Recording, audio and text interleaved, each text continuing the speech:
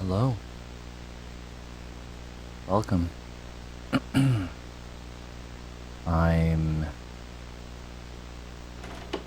someone named Dean. And we're going to be continuing Kentucky Route Zero. It's Saturday's Eve, aka it's Friday. It was a busy day, but we got lots of work done. I'm trying to do my best in my new position at work, management position type thingy, which involves some minor delegation, but also hands-on stuff. So for those who are just tuning in for the first time, I'm equivalent to a lead hand, or in the terms of this department, charge hand. That's what they're referring it to. It's essentially a $1 premium, and yeah, I'm trying my best to kind of acclimate to the new responsibilities and position, and we'll see how it goes. I'm told I can stop at any time, but oh, interesting. Okay, so last time we were playing Kentucky Route Zero. Well, Kentucky Route Zero is a point-and-click adventure game where Conway, a delivery man, wishes to find Dogwood Drive, a mysterious road that's located, adjacent or only reachable by the mythic Kentucky Route Zero, which is some sort of subterranean underground magical road that's very hard to find and even harder to navigate. And it's some sort of,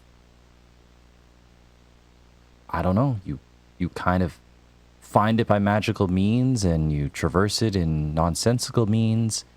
And there's even a society down here of people who seem to have no problem going up and down between the real world and this place, and it's just accepted. It's fascinating, it's interesting, it's this game rendered in a low polygonal kind of style that's, I don't know, interesting. It's my type of game. That's why I'm playing it. I first played it 2014 when it was being episodic. Eventually it was released full version, and then I didn't touch it until much, much later. 10 years later, to be exact. 2014 is when I last played it. 2024, which is now, is when I'm playing it. I'm a completely different person, but I'm still enjoying it. Now, I also have a tendency to use voice mod, so I hope no one minds. It's just the thing I'm doing for some reason. Oh, look. Can you read the date?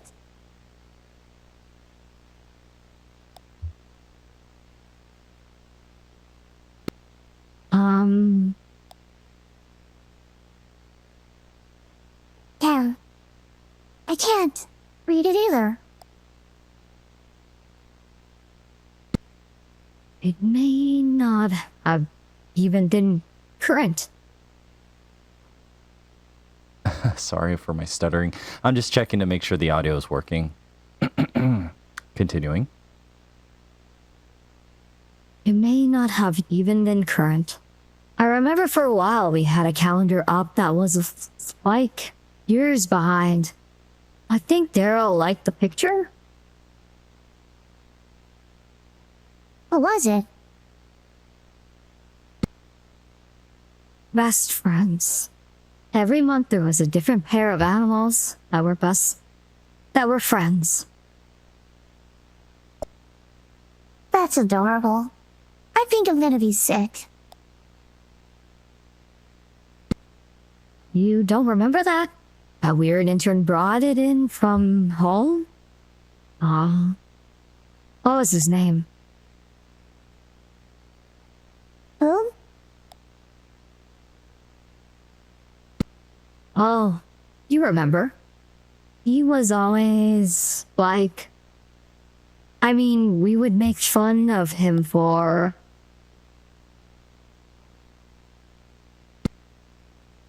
Damn. He's almost completely gone from my brain. So many interns coming and going then. I guess I didn't bother even remembering their names.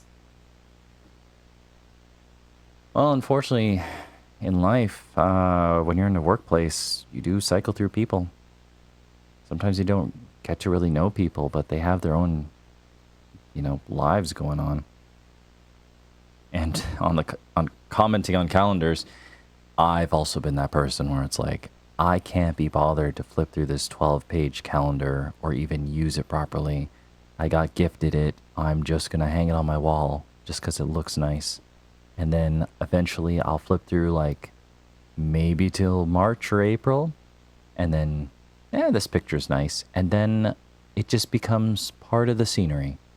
And then eventually at some point, I'm like, oh, yeah, this calendar is outdated. Well, it's time for it to go. Do calendars even have a place anymore? Does anyone use them?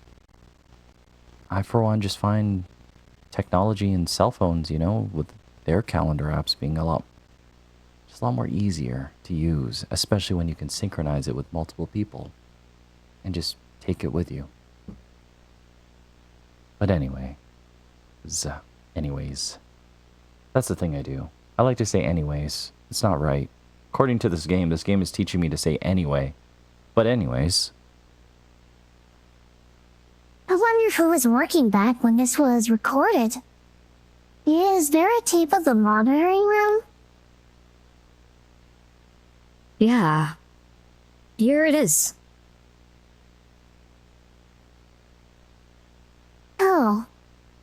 Before we check that out, did she flip the calendar forward or backward? Backward. Oh, weird. We usually flip it forward. Oh.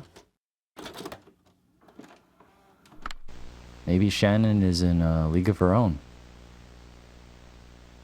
Okay, who do we have here? Looks like some sort of kid. And a cat.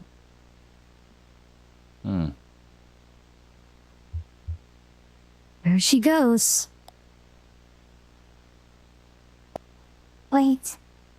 Do you think... Did she follow the moat? Oh, wow. Here's the last extended monitoring tape from the dock when they left. Did our party increase by 1? Whoa, what is going on here? Oh man, Conway, buddy.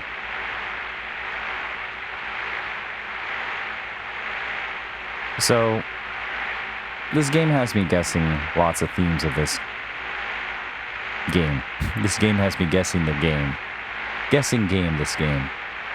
Okay, so, in this mythical world of Kentucky Route Zero, the game, and the route, I guess, there are these mysterious entities, weird people, the boys, I guess they're sometimes called, of the Hard Times Distillery, I guess, bourbon whiskey distributor. They operate in the subterranean layer, I guess, of the region we're in, off of the Kentucky Route Zero or whatever it's called. Assuming that's what the Kentucky Route Zero is. I get confused about it. But they call it the Zero. So, off of that, they brew their hard liquor, and they buy other people's debt, and then basically like, hey, you owe this person, now you owe us, you work for us. And I think metaphorically, when you become indebted to them, you start to lose your humanity. And I think that might be some sort of extended metaphor of not being able to live your life, not being able to have autonomy, just becoming a faceless worker. Just, you're the bare bones of yourself, I guess, just operating and functioning. And from what we experienced a couple episodes ago, I guess, it seems like they're normal people, but they essentially got conscripted because they all owed people. Sometimes it even seemed like the distillery kind of twisted things in their favor and took advantage of the situation. But there's also some sort of subtext where they are avoiding taxes. So they're only delivering things at night for some reason, which is, I'm hoping we can help Conway here based off of that. But we're going to see what happens here. See? Told you he was one of those distillery guys. I guess you were right. These other guys came to pick him up for work, maybe? I don't like how they all hang out together. It's creepy. We hang out together and work together. Yeah, but it's not... They're like more than coworkers. I don't know. I just get this awful feeling whenever I see them. Like I knew them once, but not anymore. Like when they make up a dead person to look like an old photograph of themselves.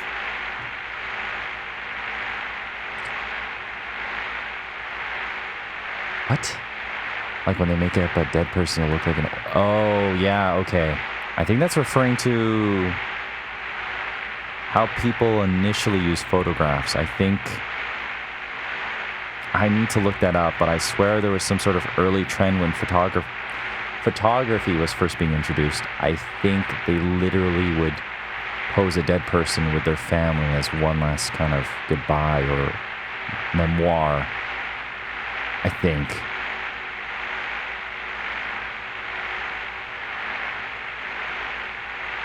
Maybe, or maybe she's just referring to something completely different.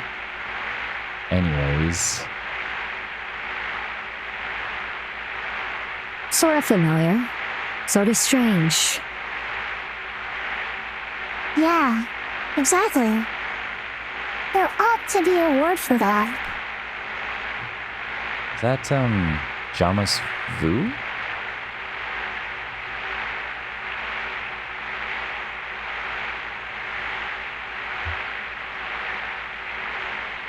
Bye, kitty.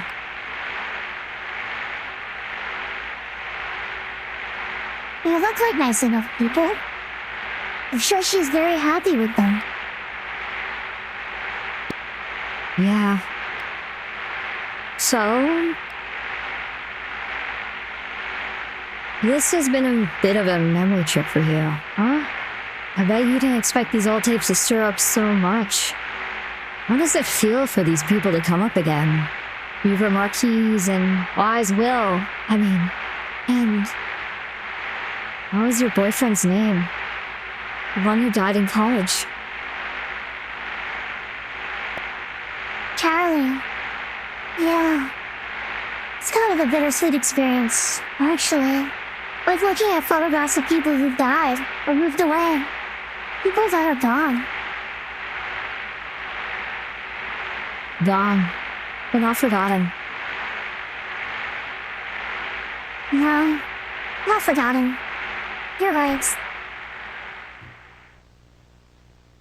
When a friend of mine passed away, I found solace in thinking that there was some sort of quote, and I'm gonna butcher it, but it had to do with something where a person dies twice, in their physical form and when you stop talking about them. So I feel like in a way, as long as you keep talking about positive memories of someone and thinking about them and appreciating their impact on your life, they'll always be with you. And I know that sounds cheesy, but life is just so ephemeral and temporary that you just keep going. And it's nice to carry these memories with you.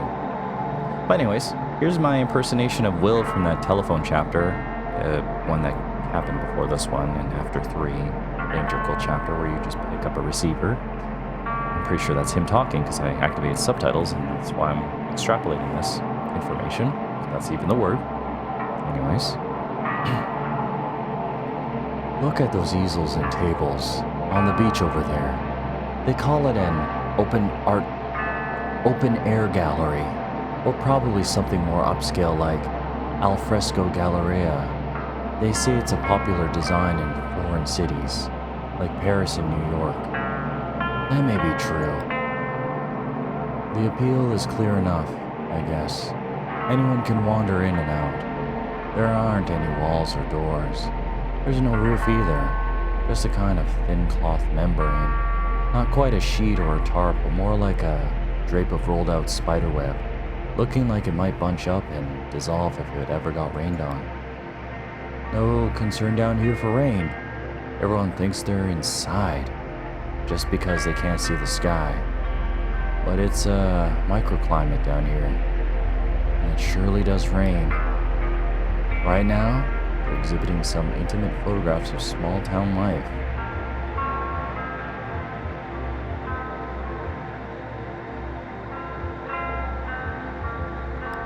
There's one of a small girl playing in a puddle.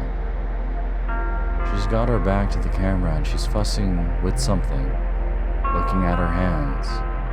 Maybe she's stuffing a message in a bottle, folding a paper boat. Reviews have been good. It's a popular show, probably because of its relevance. The town depicted in these photos was very recently flattened to make way for a big museum project.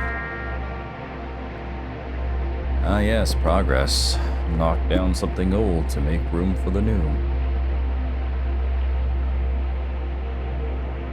I think I might be getting some sort of feedback from my furnace. Let me just tinker with that setting. Okay, it might be a bit better. Let's try that.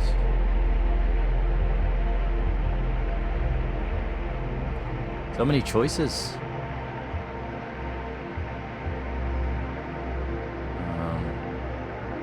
I don't think we have enough Ezra moments, so we're gonna do that. But man, this is kind of almost warranting a second playthrough because something is happening each time we stop somewhere. There's two different stories going on. I feel like we're not getting the full picture.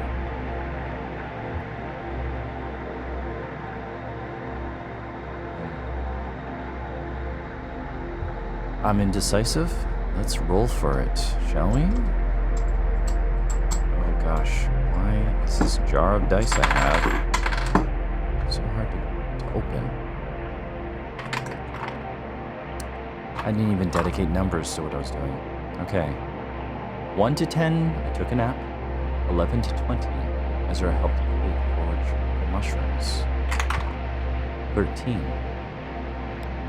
There we are.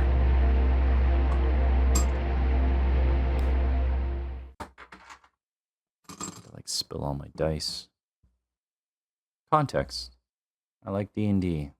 Or at least, no.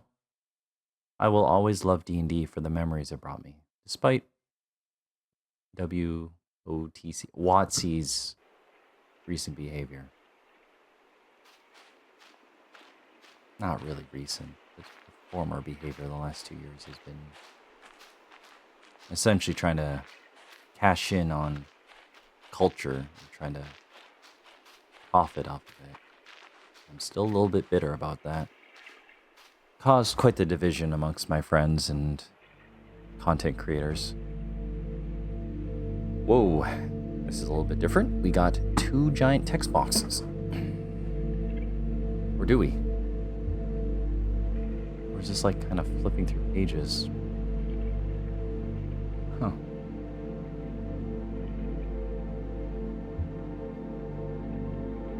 Oh, yeah, it is too.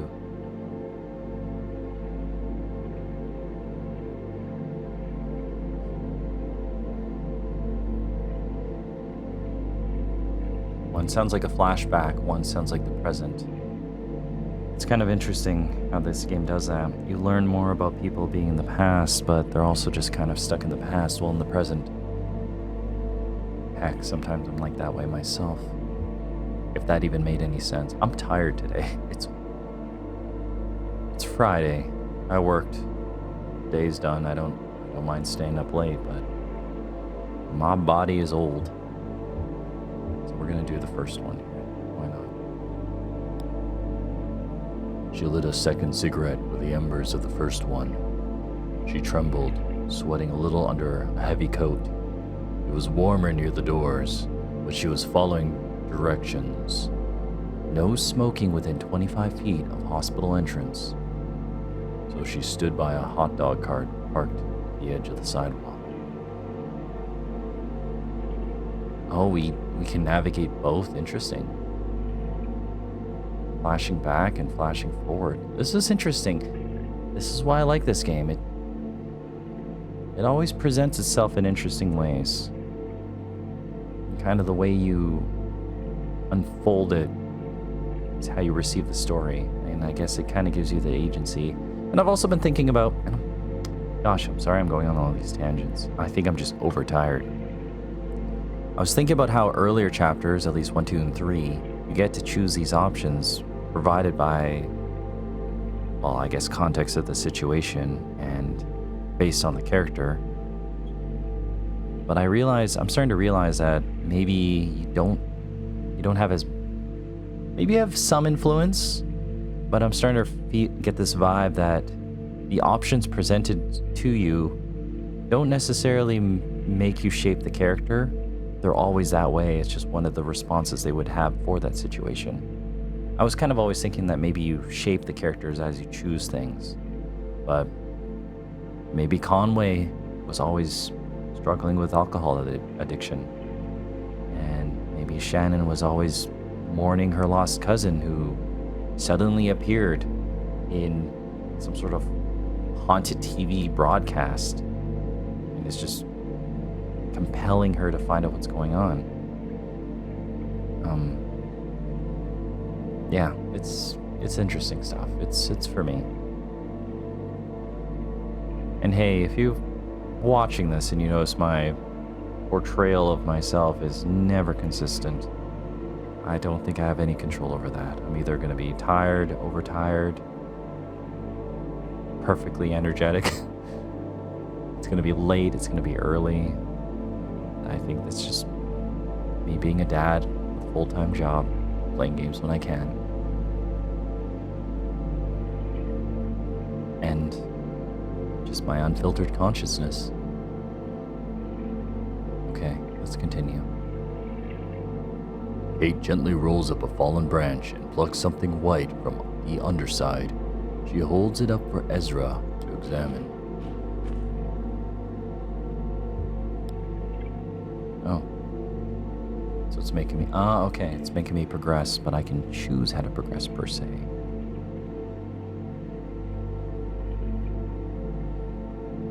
Blue Sabella orange. The common name is angel wings. Isn't that pleasant? They have a delicate, springy texture, and they're tasty, like sweet moth. Would you like a bite?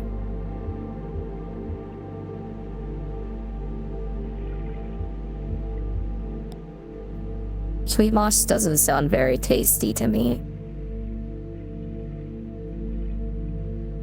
Personally, I like to be able to tell where my food came from. By flavor alone, I like to taste my surroundings, and it keeps me connected to the whole thing. My mushroom hunting mentor told me it's useless to pretend to know mushrooms. They escape your erudition. The more you know them, the less sure you feel about identifying them.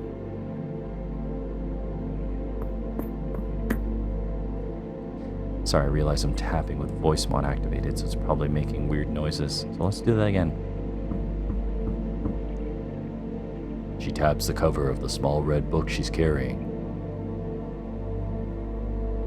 That's why I always bring my favorite guidebook. Cate points to a small mushroom growing in the dirt.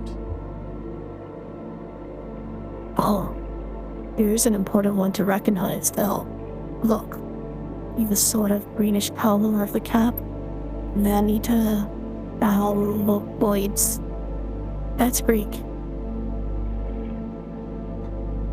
So I guess if it's Greek, it's like Aloides, right? Because Because English would be popsicles, but Greek would be popsicles, right? You know, like Hercules.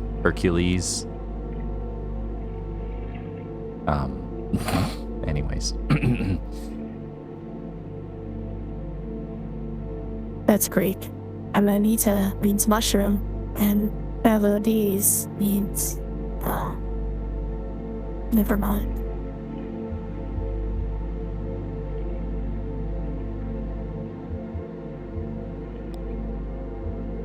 It smells like honey.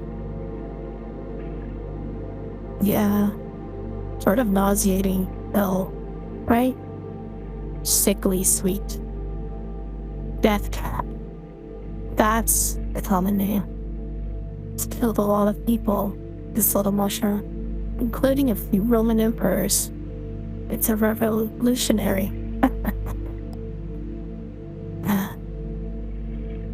Even the Buddha died from eating a mushroom, and he was very old. That's just what they do. Throw away old things, make room for new things. Pretty important, right? I've always thought they deserved a little more respect. Would you like to help me look for a few more? I have a sort of shopping list. Great. Look for... Actually, just grab any mushroom that catches your eye and throw them in this bag. Let me know when you're done and we'll see what you've got. Have fun. That's the second rule of mushroom hunting. First rule is, ask Kate before eating anything. Okay?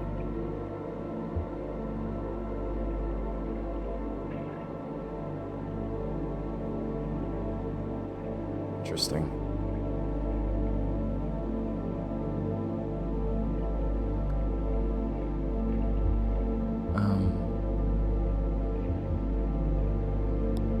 Kate kneels in the grass.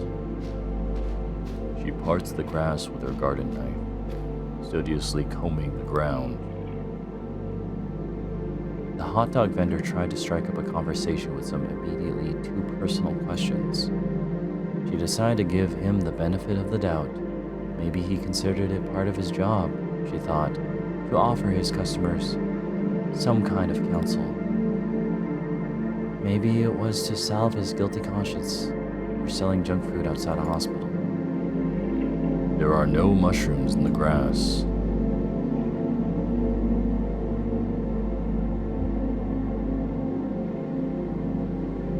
Ezra investigates a rotting stump. The stump is ringed with overlapping shelves of mushrooms, striped brown, blue, gray, white. A caterpillar crawls along one of them. He didn't like to play in the house. It was always too cold. It seemed to store up the cold at night and slowly discharge it into his bones during the day, while the sun bounced feebly off the windows. But he liked to play in the woods behind the house. He didn't have any friends nearby. None of their new neighbors seemed to have children his age. So he played alone in the woods. Alone, except for the deer.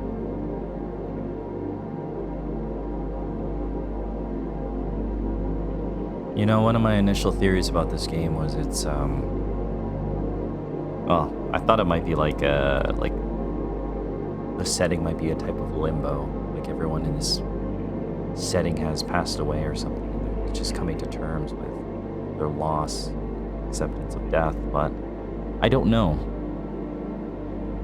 The more I play it, the more I think it's just about just magical weirdness and interpersonal relationships and their how they make us feel, the complexities of them. People enrich our lives and also sometimes do the opposite, depending. Like if you're at the Hard Times Distillery. Yeah, I don't know. We're gonna eventually figure out what's going on, right?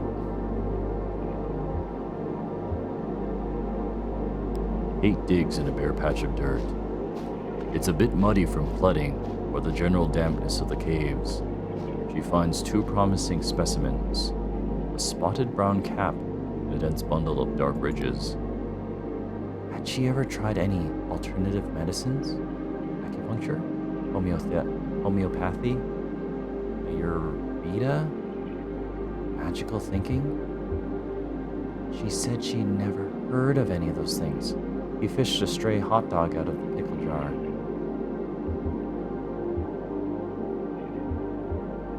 Cate inspects the spotted brown cap. The bottom of the cap is covered in tiny tooth-like protrusions. I don't know anything about mushrooms personally. If the game is expecting me to pay attention, unfortunately I'm at a loss. Well, I'm not a loss in that. I just can't remember what she said about the mushrooms, is what I'm getting at. Kate plucks the mushroom from the dirt and puts it in her bag. She tries to wipe off some mud from her boot.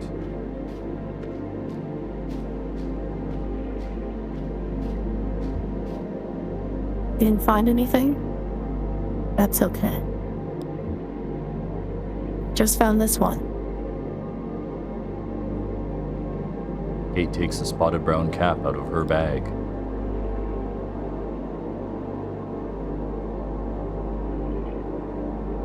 Gonna continue with Ezra here. It's interesting. She's basically talking to him when he's not there.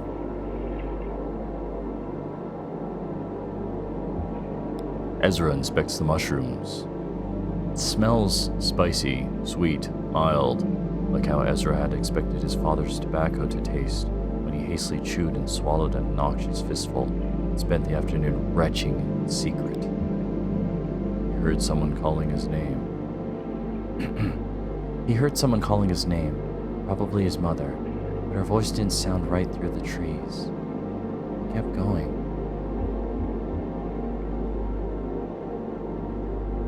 Ezra tears off a piece of the mushroom and puts it in his bag.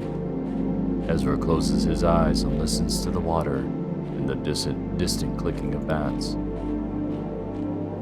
He tripped on a protruding root and lay for a while in the mud, examining the pale upper branches of a sycamore tree, listening to the soft rumble of a faraway thunderstorm, then louder, closer, and his hair stood on end. And there was the bird.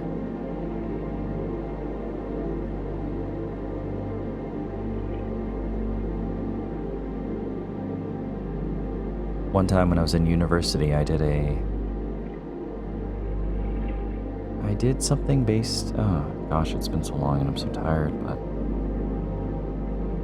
for some reason I had to do a thing on, a report, an essay on fables. And I guess as I was researching it, it seemed like one of the recurring themes is parents used, well, you probably heard about, what do you call it? Grimm's fairy tales, where things were just so dark and edgy and just depressing. And then, you know, things eventually got Disney-fied, where they were a lot more happy and go lucky and more acceptable for kids nowadays. But I guess back in the day when these fairy tales were first introduced, they were sort of used as a incentive, kind of scare kids from, you know, not wandering into the woods and doing anything reckless or scary. They were kind of Aesops, I guess is the word. Because in ye olde days, sometimes you'd have your cabin, your kid would wander out into the forest and never be heard from again, so a good tactic was to scare the crap out of them. And I think that's why a lot of these fairy tales are so horrifying, if I remember correctly.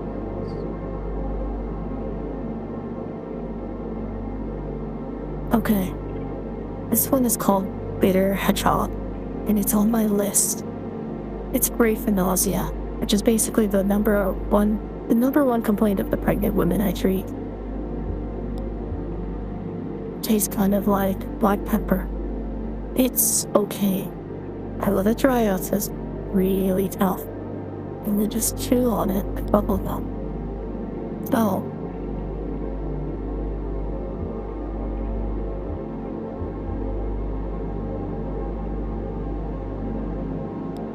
What do your parents do for her? What do your parents do? Or work, I mean. My dad used to sell windows. People were building a lot of new houses. They needed a lot of windows. But then they stopped building houses. My mom worked at a bakery and a bar. Sometimes she would see the same people in the morning and the evening. The bakery closed. She doesn't work at the bar anymore. She still goes there a lot to see her friends. You have a family? Oh boy.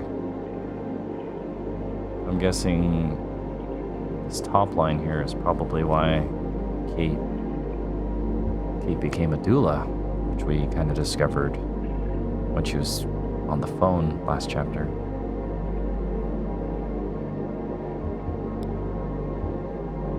I almost had a baby once.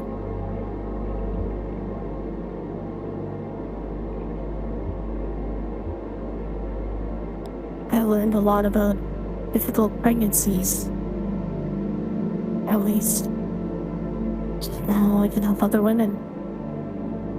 I've basically been on my own since then. Well, it's not really true. Just about everyone who set foot aboard the Monkey Mammoth feels like family to me now. I guess if nobody's family, then everybody's family.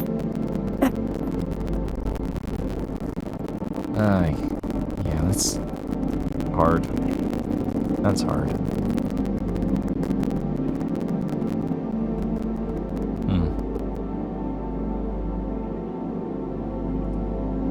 I don't know if it's exactly my place to talk about it because I'm a dude. No, I won't. I'm half asleep. I can't articulate myself properly. So we will continue.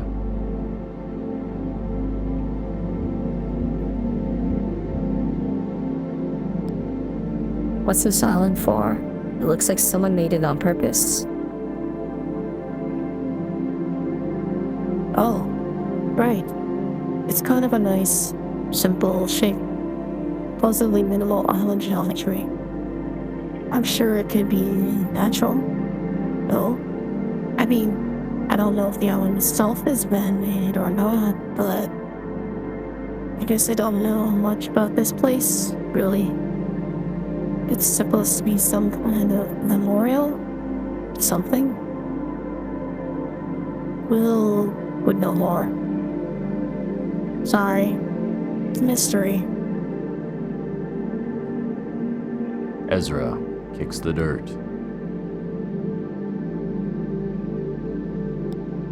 Months later, she came across a book on homeopathic medicine in a used bookstore and bought it. She thought it was mostly, but found the author's notes on the unpredictability of mushrooms immediately compelling. Spiritual, even.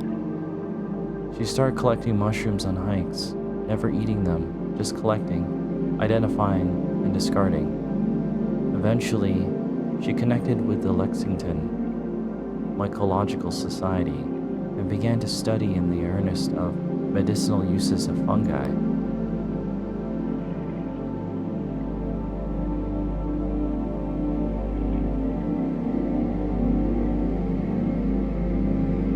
It's a mystery.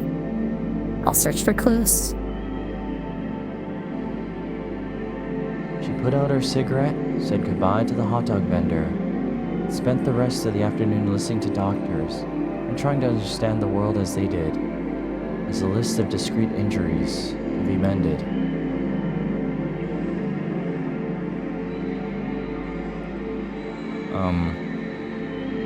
The thing I was trying to talk about before commenting, I can't articulate myself. I'm gonna tell a story, and you may take it as you will. And I've been thinking about this story recently, but I'll say it anyways. A long time ago, a family member had a miscarriage. Gosh, I'm talking about this. Should I? I was heartbroken. So I had mentioned it to a coworker at the time where I used to work, or one of the places I used to work anyways. And I guess perhaps it was near break time or something. Oh, that's a lot of cats. Haunting, distracting. I was rubbing my eye. Tired. I didn't notice it, and I was like, what the heck? It scared me for a second.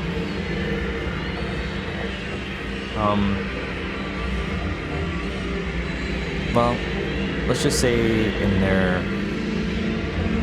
they noticed I was upset, and they cared. And they were all female. They were all telling me about their own personal stories, and I guess it kind of just made me realize the delicacy of,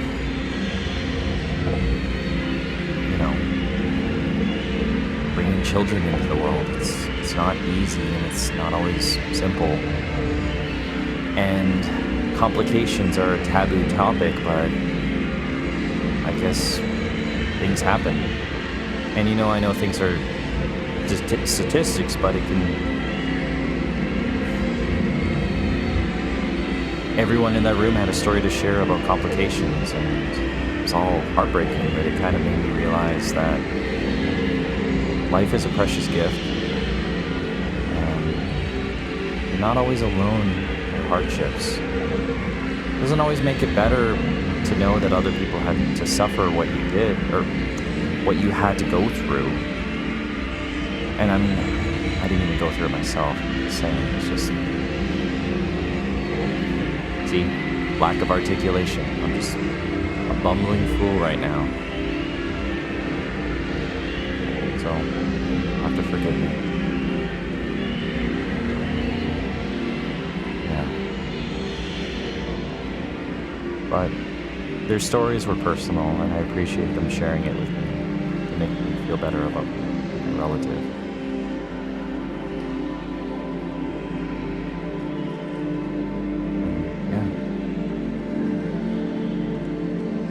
It's not always like TV shows, I guess, It never is. But life is a precious gift, and I gotta appreciate it.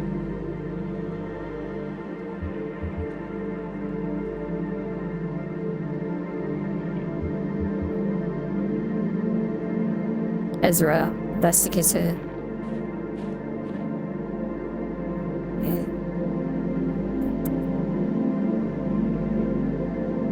Let's look it up. What's that word?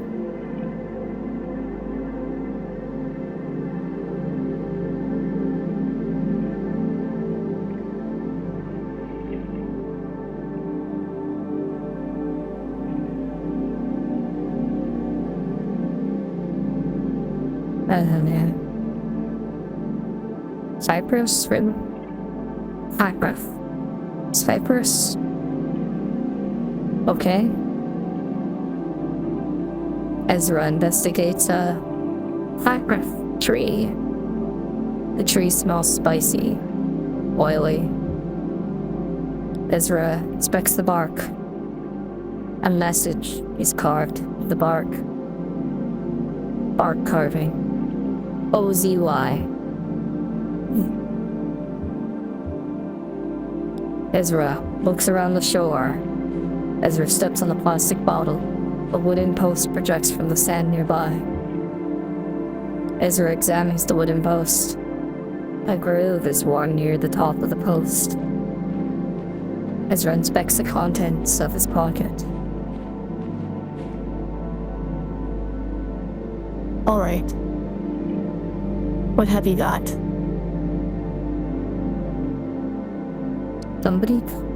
Somebody carved OZY in that tree over there. Oh. What do you think that means? It's part of someone's name. Somebody's name. Or it's short for something.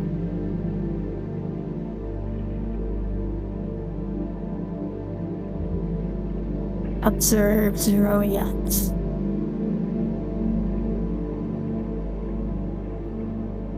Old zebra yard.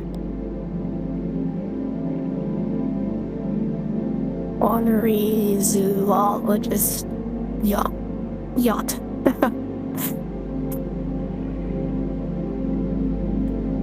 I don't know what that means. Yeah. It was a strip.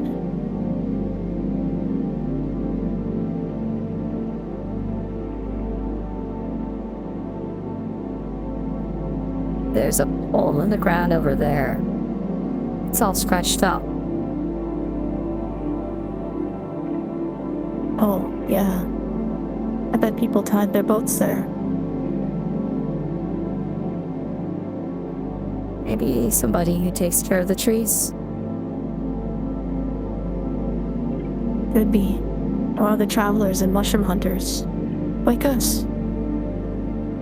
Well, Ezra, I can't say I know what that all adds up to.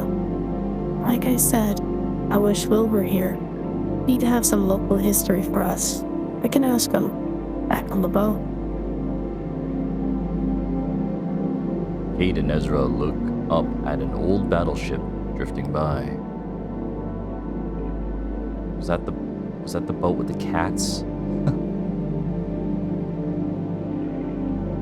Oh, there it is. The Iron Pot Pariah.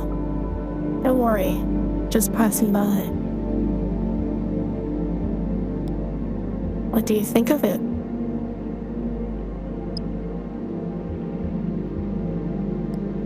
Where did it come from? Yeah, it's a mystery. I don't think it was built here, so it must have come from somewhere.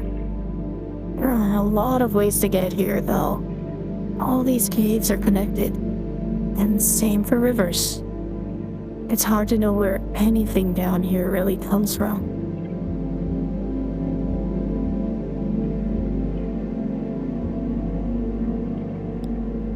Somebody told me she got close to it by accident and heard a strange wailing sound. She was a passenger on the Mammoth. She said she'd been out fishing on a rowboat, got swept up by a current through the cluttered place. Before she knew it, the Iron Pariah was upon her, unimaginably massive, up close, but eerily silent.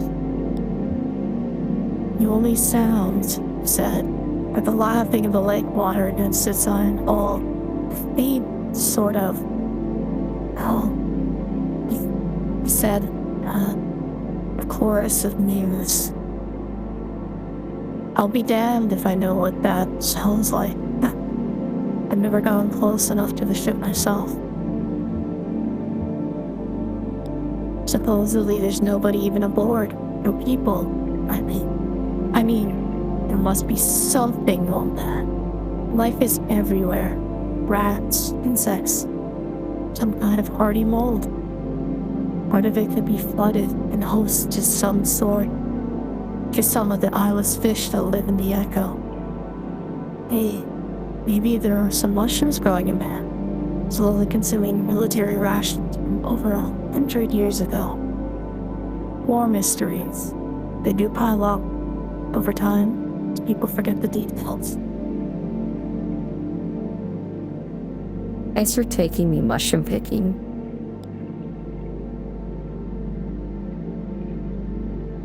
Mushroom hunting. You can pick apples because they're right out there in the open. Mushrooms hide. Have to hunt for them.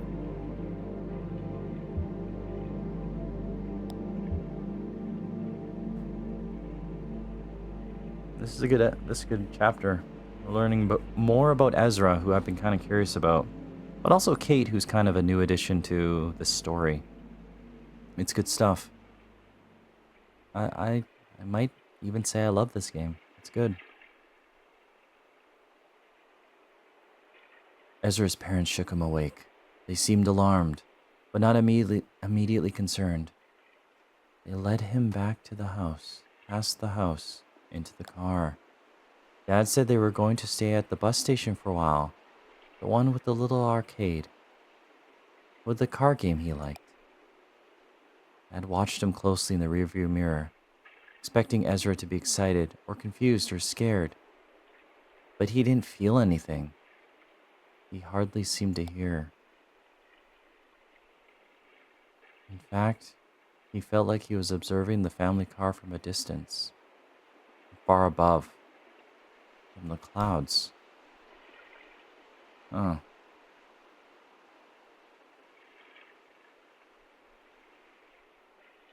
Was Ezra abandoned on purpose? Because the family couldn't afford him or to take care of him?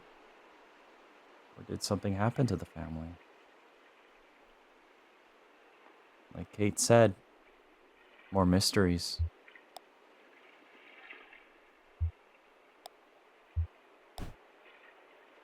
Click not yet, but I don't think there's anything we can do. Looks like a face. It is a face, isn't it? Interesting. Oh yeah, that mound with the mushrooms growing on it.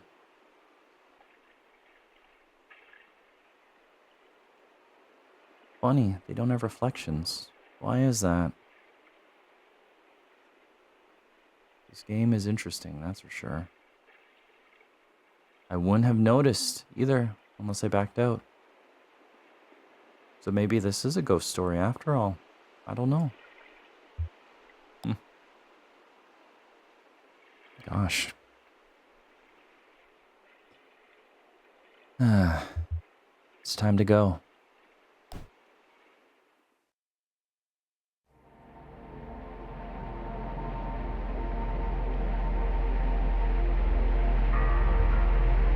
See that rough circle of rocky protrusions near the shore? It's more intricate than it looks. More than 2/3 of it is actually underwater. I haven't seen it myself. But listen to this. It's man-made, and the rocks weren't placed according to their size. So what's visible is more or less uniformly random selection of the overall shape. It looks like it might be a spiral, all told, or maybe some kind of meditative labyrinth. At the head of it is a petrified oak stump. That was moved here from above ground, of course. Decades ago. That's where the ceremony took place. The Locklocks were married here.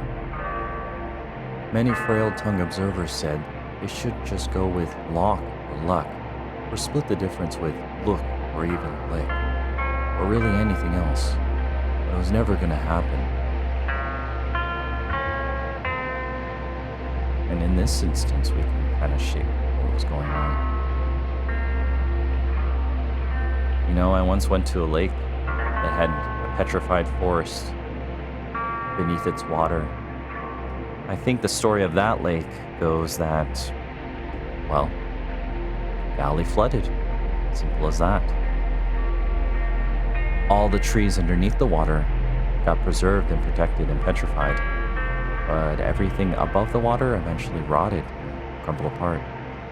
So, you can traverse the waters with your boat, but when the sun hits the water just right, just from the right angle, where it's not really necessarily reflecting anything, not blinding you, you can see in the water a forest, untouched, frozen in time.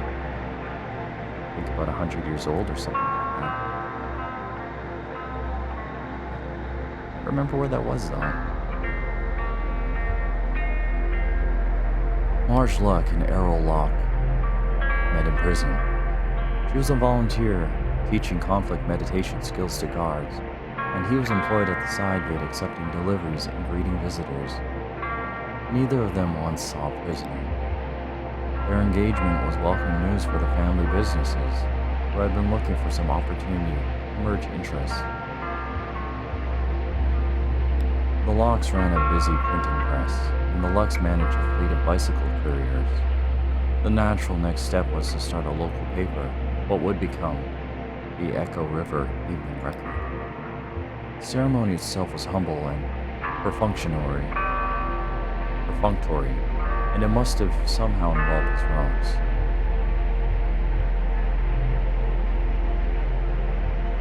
Maybe they walked around them in a spiral, like a symbol of their ever-tightening bond.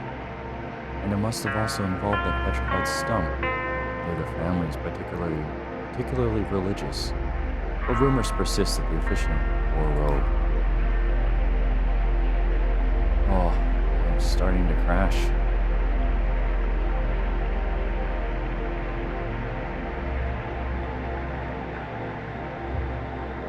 Shannon and her friends set on to deliver a package, telephone exchange. Hopefully this might be Shannon and Conway moment. Maybe we can help Conway. Echo River, Central Exchange. I must go to bed. Yeah, it is the two of them. Oh, we're gonna end it here, team. Family, friends, watchers, viewers.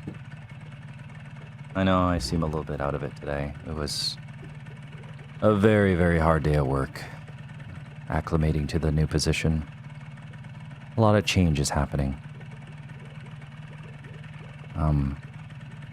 And without being direct, if everything goes according to plan, if fate is kind to us, the stars align and everything works out, well, in about maybe 9 to 8 months, my son is going to have a sibling. And I'm very excited and also nervous because I am powerless.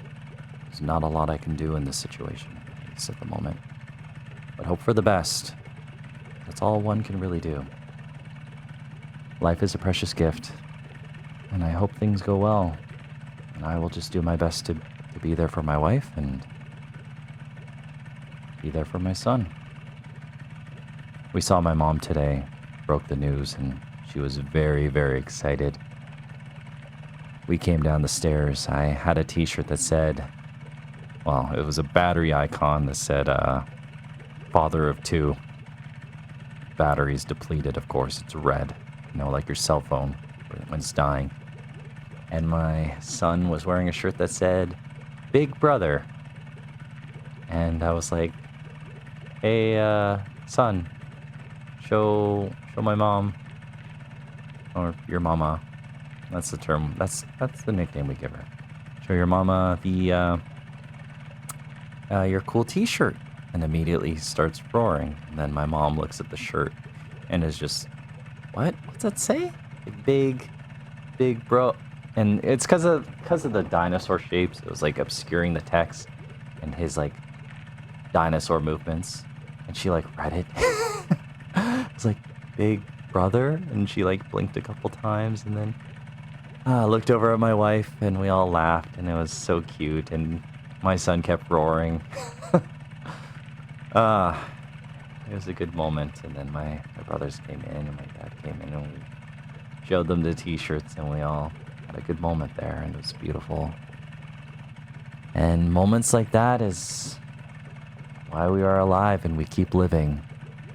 They may be far and few between, but you carry them with you. You do. Anyways, I am passing out. I am fading fast. So you, whoever you are, you have a good night, a good day, a good evening. Thank you once again for being here. You take care. Good night. Oh, I need to sleep. Oh, ow.